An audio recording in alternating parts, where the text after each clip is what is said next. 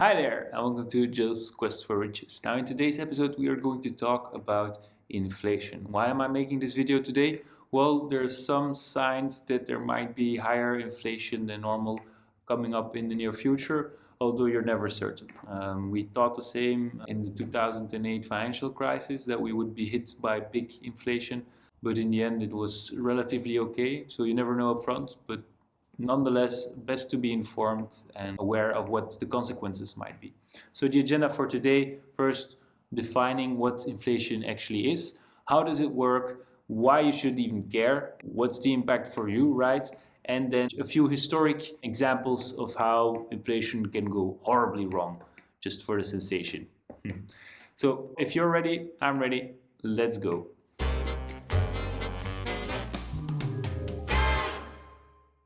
What is inflation?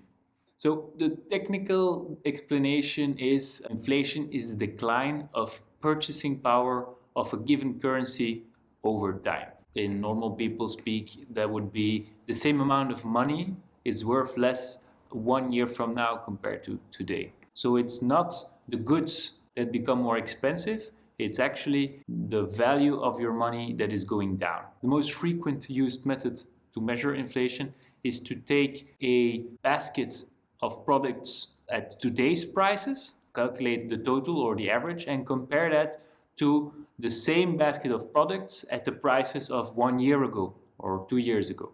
And that's how you can see the difference and calculate the inflation percentage between different years.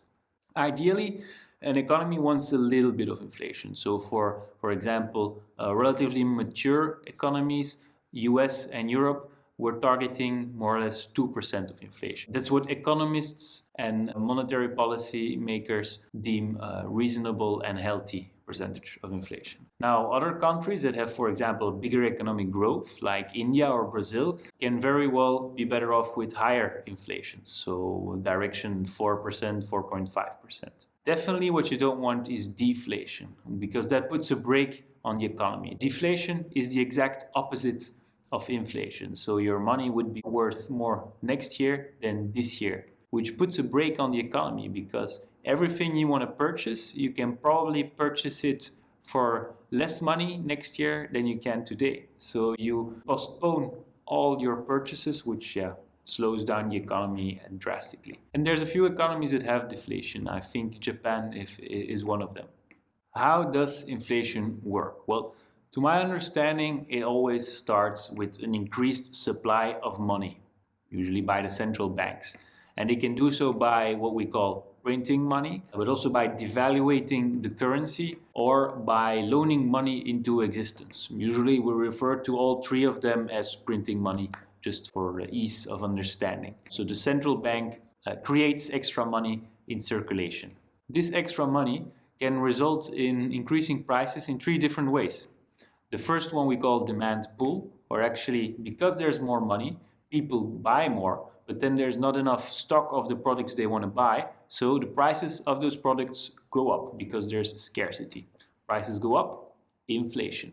Second effect is the cost push. This is because the prices of raw materials are rising, which means that the prices of the finished goods will rise as well because they have to buy this raw material. So you have the inflation effect all the way through the value chain up until, of course, you and me, the end consumer. And then you have what is called built-in inflation. That happens even when the government is not printing money. So what is this? Well, when prices rise, wages rise with it.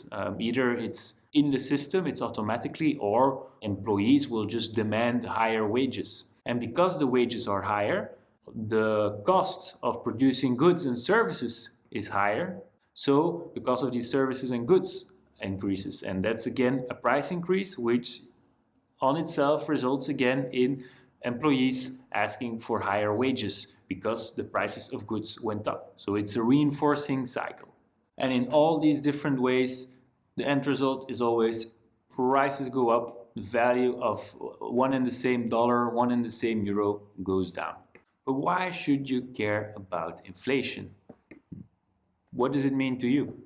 Well, in the short run, usually the difference is negligible. We're talking about a percentage here or there, nothing really impactful. But in the long run, it can be quite costly if it works against you. You don't want to be in a situation where inflation can work in your disadvantage, and ideally, you even want it to work in your favor. Now, what are the situations in which you should be very aware of inflation and how it impacts the deal or the situation you're in? Well, when you are holding big amounts in cash or saving accounts, when you're borrowing or lending money, when you have a salary that is stagnating, renting contracts, at least the ones that are for a longer term, where you think about having a renter or you yourself renting for multiple years, long-term supplier contracts with your business, currency differences when it comes to import and export. If you have more inflation in one country than another, then their currency will probably devalue compared to the other country, which makes it more expensive for them to import from that country, but more easy to export to that country. So if you're in imports and exports, it's an important effect to be aware of. And then there is spikes in inflation rates. Now, the worst thing about spikes is that it creates uncertainty for both individuals and businesses, and it makes it very difficult to plan for the future, because you can agree on a price today, but you have no clue if that price makes sense 5 months from now, 1 year from now. If you have a stable inflation rate, you can more or less anticipate. You have an idea what the price will be next year, more or less, so you're fine. But if your inflation rate in your country can take some big spikes, then you're always taking this risk, not knowing where a price might go. And that could be in your favor or in your disadvantage. In any case, it creates uncertainty. Now, I promised you some doom scenarios and some sensation, so this is where we start talking about hyperinflation. Hyperinflation is the same as regular inflation with one tiny detail, and it is that the inflation percentage should be bigger than 50% year on year. That's why we call it hyperinflation.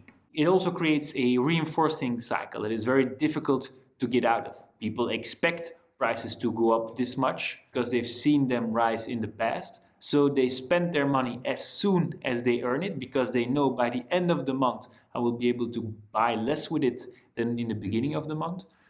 Because they spend it all at once, all from the start, there's too much money in circulation for the amount of stock or services that are available. So the prices go up and the system continues, but on steroids, not just 4%, but 50%, 100%, 1000% per year, or even more.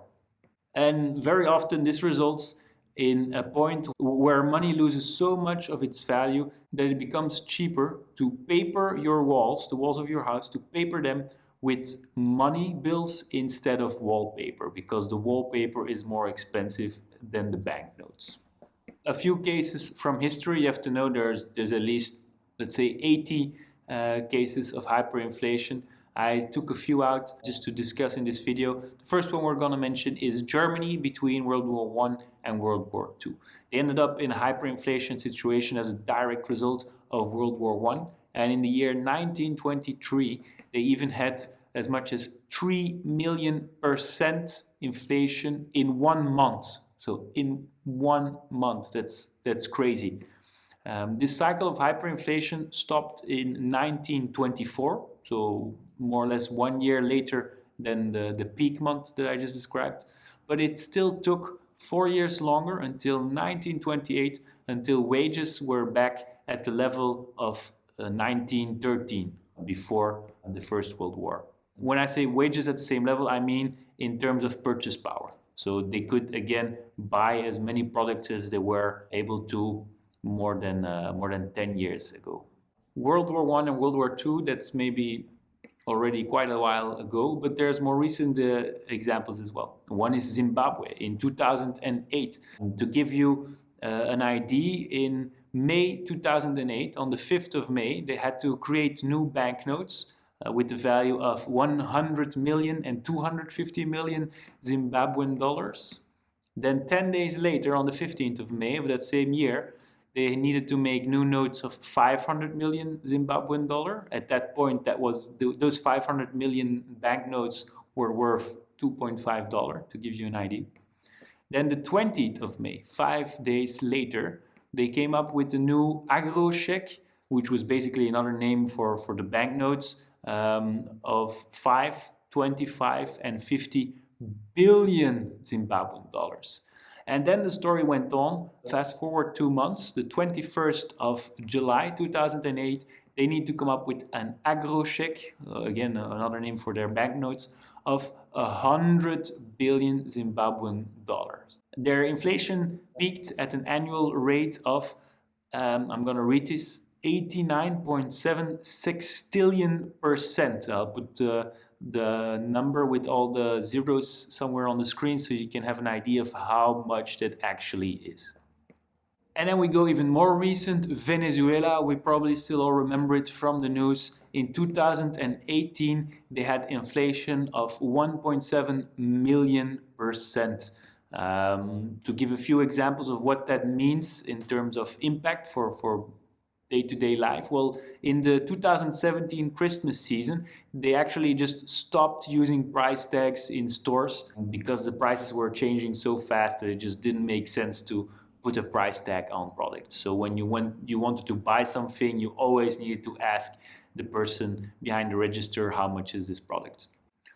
Or to give you another practical example of the Venezuela hyperinflation, there were kids who played RuneScape the whole day, and they sold whatever they gathered as resources or materials in-game for dollars, so American dollars, to have a stable currency.